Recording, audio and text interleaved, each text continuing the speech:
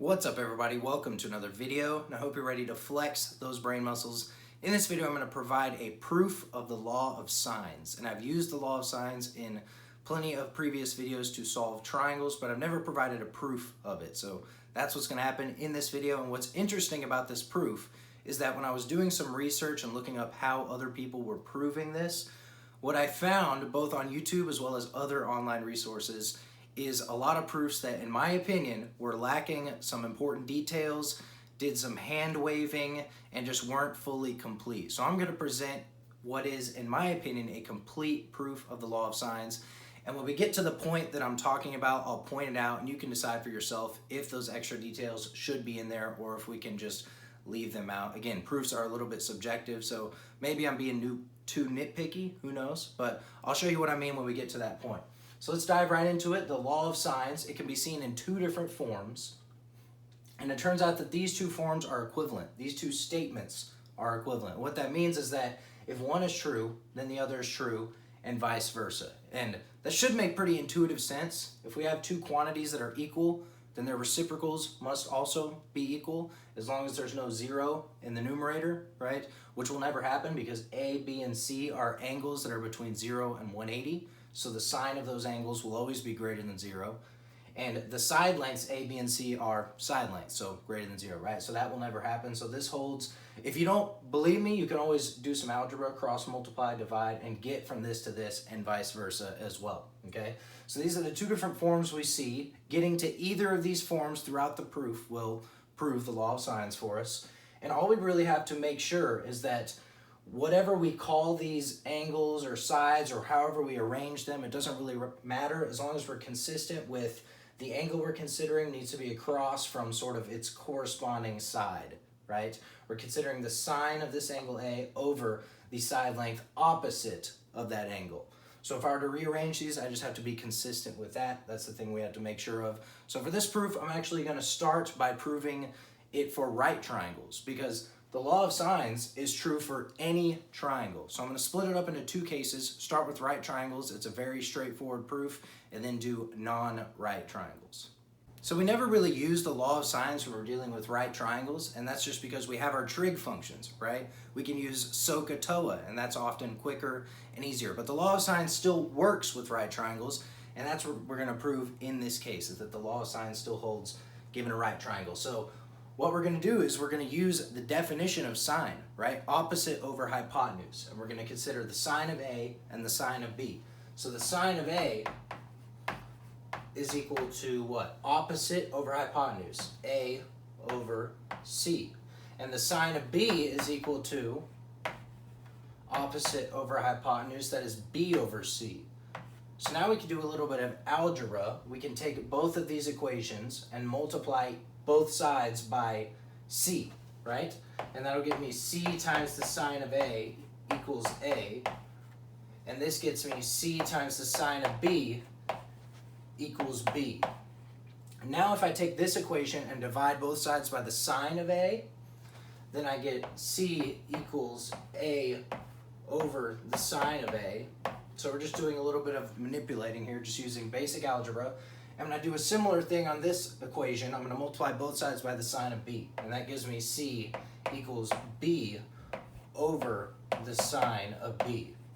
Well, what does that mean? Well, C equals this, but C also equals this, so these must be equal. That means that A over the sine of A equals B over the sine of B.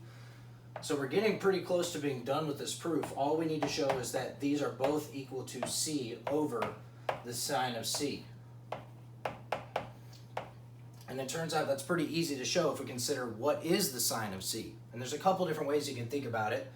First of all, you can think in terms of our definition of sine, opposite over hypotenuse. Well, in this case, those are the same thing. So C over C, that's 1, right? So you could think of it that way, and you get the sine of C equals 1. You could also just notice that this is a 90-degree angle and refer to your unit circle and know that the sine of 90 equals 1. Either way, we get that the sine of C equals 1. So again, what we're trying to show is both of these are equal to C over the sine of C. But the sine of C is 1. So really we're just trying to show both of these are equal to C, which we actually already have up here. That's what we used for a substitution. We had this equals C and this equals C. So we've actually proved this third equality, sort of unintentionally or implicitly, I guess. But that shows us that the law of sines holds when we're dealing with right triangles. That completes the proof, and now we can move on to non-right triangles. So now let's consider a non-right triangle. So I just drew an example like this. And what we could do with a non-right triangle is we can always split it into two right triangles, right? So what we're going to do is split this in half. We can label this length h, because that's the height as we would think of it. And now this is two right triangles within our larger non-right triangle, right? So now the benefit of this is that we can use our trig functions. We can consider the sine of A and the sine of B. We can see what conclusions we can come to from that. Turns out that the sine of A equals opposite over hypotenuse, that's h over b. And the sine of b equals opposite over hypotenuse, which is h over a. Now what I can do is I can take this equation and multiply both sides by b, and I get b times the sine of a equals h. And if I take this equation and multiply both sides by a, I get a times the sine of b equals h. So similarly to what we had last time where we could do a substitution, we could do that again. Since this equals h and this equals h, these must be equal. So then what we have is b times the sine of a equals a times the sine of b. And now I can divide both sides either by a times b or by the sine of a times sine of b, depending on which form of the law of sines I want. I'm going to keep it consistent with how I did it last time and end up with a over sine a equals b over sine b, just to keep it consistent. So I'm going to divide both sides by the sine of a times the sine of b. So if I multiply both sides by sine of a times the sine of b, sine of a cancels here, and I'm left with b over sine of b. And that equals a over sine of a, because the sine of b cancels on this side. And then we have almost all of what we want to show. We just have to show that both of these equal c over sine of c as well. And what I've noticed, I'll get to the part that I had issues with from other proofs that I've seen. Some people, first of all, just stopped here and said they were done, which clearly you can't be done. You haven't shown the full law of sines. What a lot of other people did is said, well, we can show this third equality by splitting this triangle this way, right? So let's now split it this way and create two right triangles here.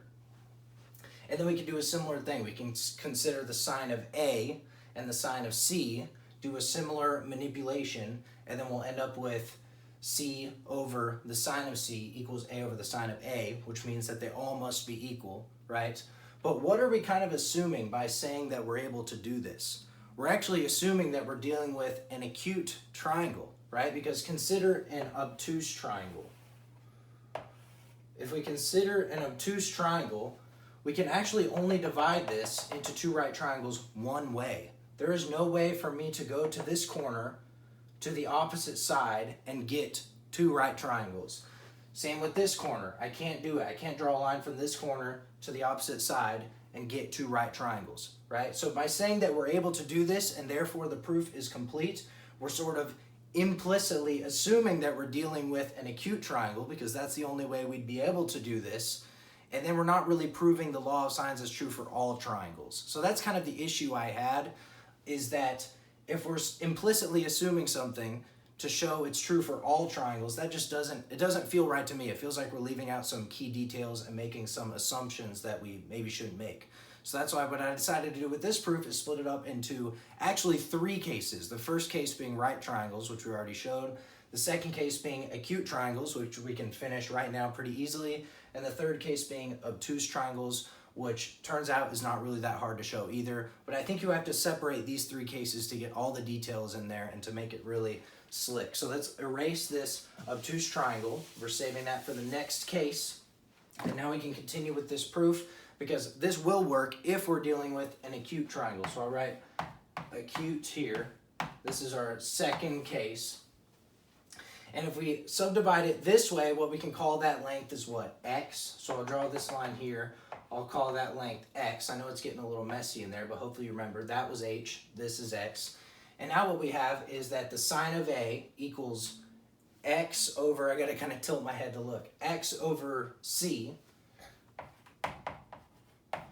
the sine of A equals x over c, and I get the sine of c equals x over A. Where do I have room for this? And it's going to be almost an identical process that we did before, right? From this step on, it's pretty much the same. The only difference is the letters are a little different. I can take this equation, multiply both sides by c, take this equation, multiply both sides by A, and then I can essentially divide both sides by something. And what I end up with is, well, let me not skip all the steps. I was just talking shit about people who skip the steps, so let me show it all. We can get to this point though, right? We can get to that point. I multiplied this, both sides by c, this, both sides by A. That means x equals this and x equals this, so these are equal. Then I divide both sides by the sine of A times the sine of c.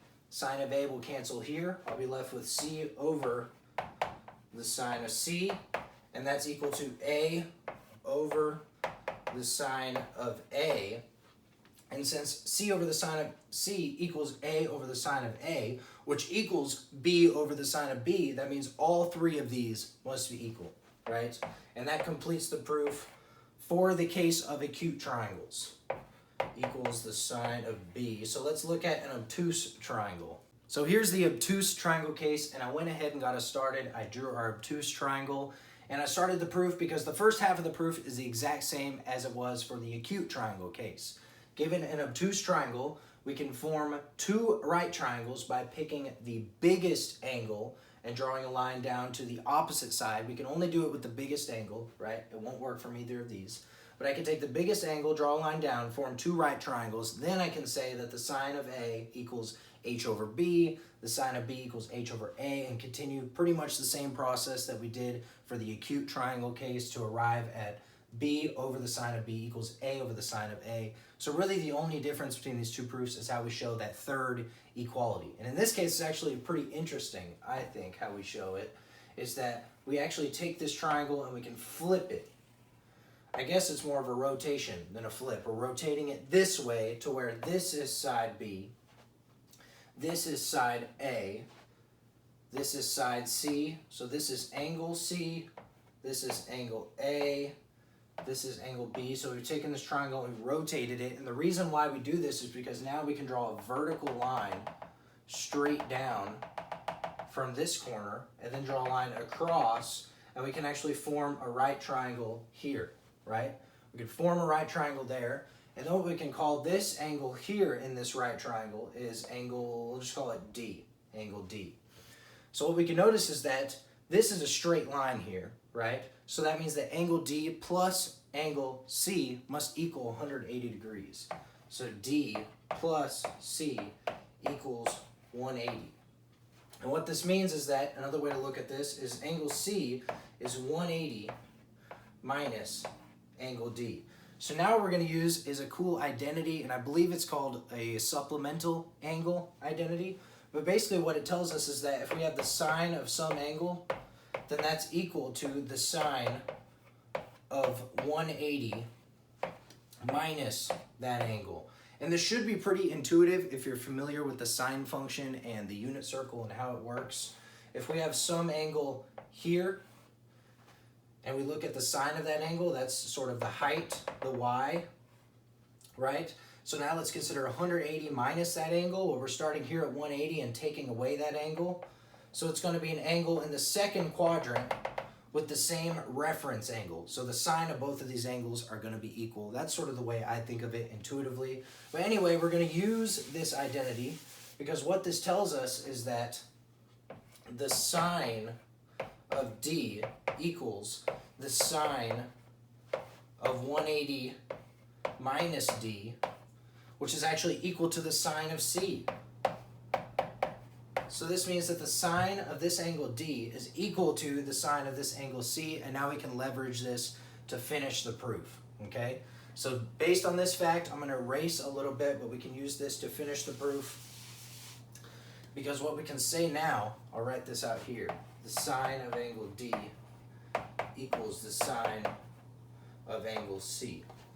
because now we can work with this right triangle and use our trig functions and see if we can somehow relate this angle C and side C and get C over the sine of C equal to all of this stuff. And what we can do is we can say the sine of D is equal to opposite, and we could call this, I don't know, X, okay?